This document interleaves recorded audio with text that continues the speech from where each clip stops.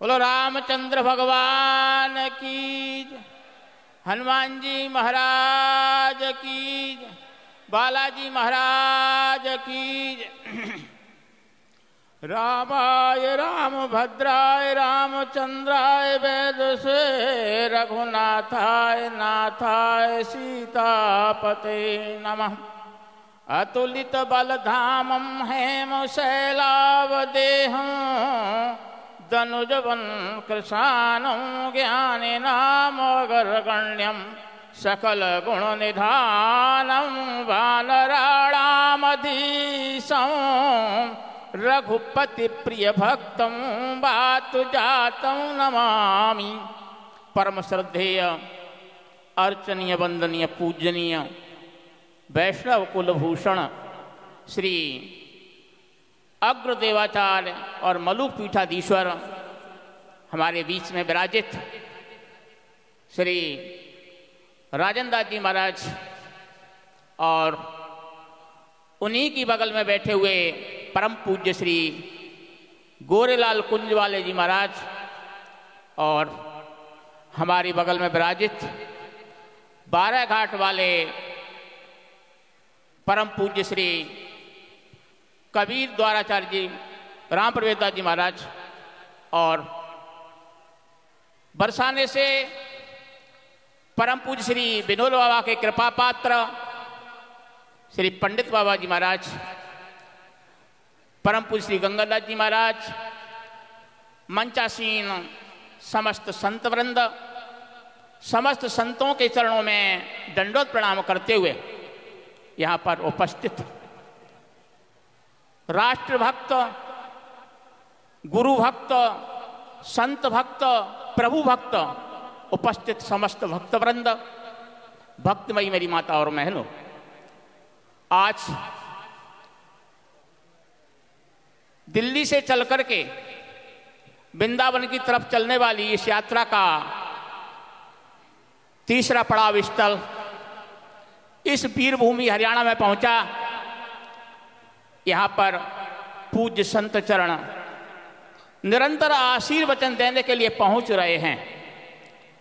और ऐसा लगता है कि पंडित धीरेन्द्र कृष्ण शास्त्री जी एक संतों के आशीर्वचन का तेज पुंज एकत्रित होकर के श्री बालाजी की कृपा से हमारे सनातन धर्म को, सनातन की रक्षा के लिए, राष्ट्र की रक्षा के लिए और गौवंश की रक्षा के लिए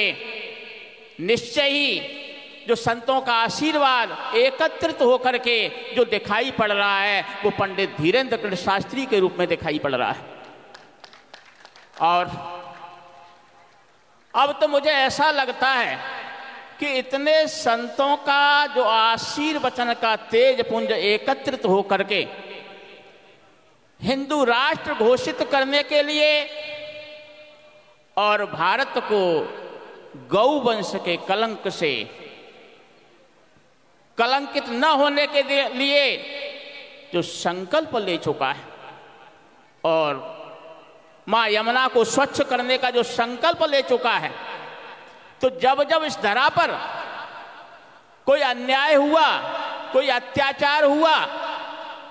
तो इन संतों के आशीर्वाद से कोई न कोई शक्ति इस भारत की भूमि से प्रकट हुई और हमारे सनातन और हमारे गौ और गंगा को उसने बचाया। आज ऐसा ही लग रहा है कि संतों ने अपना आशीर्वचन दे करके पंडित धीरेन्द्र के शास्त्री को इसके लिए बालाजी की कृपा से प्रेरित किया गया है। अब मुझे निश्चित लगता है कि एक दिन वो दूर नहीं है कि हमारा भारत हिंदू राष्ट्र घोषित होगा और हमारी गौ माता राष्ट्र माता के नाम से पूजी जाएगी और हमारा भारत गौवध के कलंक से मुक्त होगा। निश्चय ही हमारी यमुना जी अविरल और अविचल यमुनोत्री से लेकर के और प्रयागराज तक बहेगी। अब वो दिन दूर नहीं है। आज यहाँ पर जैसे कि प्रयागराज में पावन संगम इसी तरह से आज यहाँ 3 संगम दिखाई पड़ते हैं। राष्ट्र भक्तों का संगम, गौ माता के प्यारों का संगम और भगवान के प्यारों का संगम। आज 3 संगम यहाँ मिलकर के ऐसी अविरल धारा बहा रहे हैं जिसमें कोई भी कूटनीतिज्ञ, राजनीतिज्ञ जो इसके विरोध में कार्य करेगा, मुझे लगता है वो बह जाएगा, वो बच नहीं पाएगा। अब वो दिन दूर नहीं कि भारत माता हिंदू राष्ट्र के नाम से घोषित होगी और गौ माता राष्ट्र माता के नाम से घोषित होगी। इन्हीं शब्दों के साथ पूज्य संतों के चरणों में पुनः प्रणाम नमन वंदन करते हुए सभी को मंगलमय कामना करता हूँ। पूज्य पंडित धीरेन्द्र शास्त्री जी की जो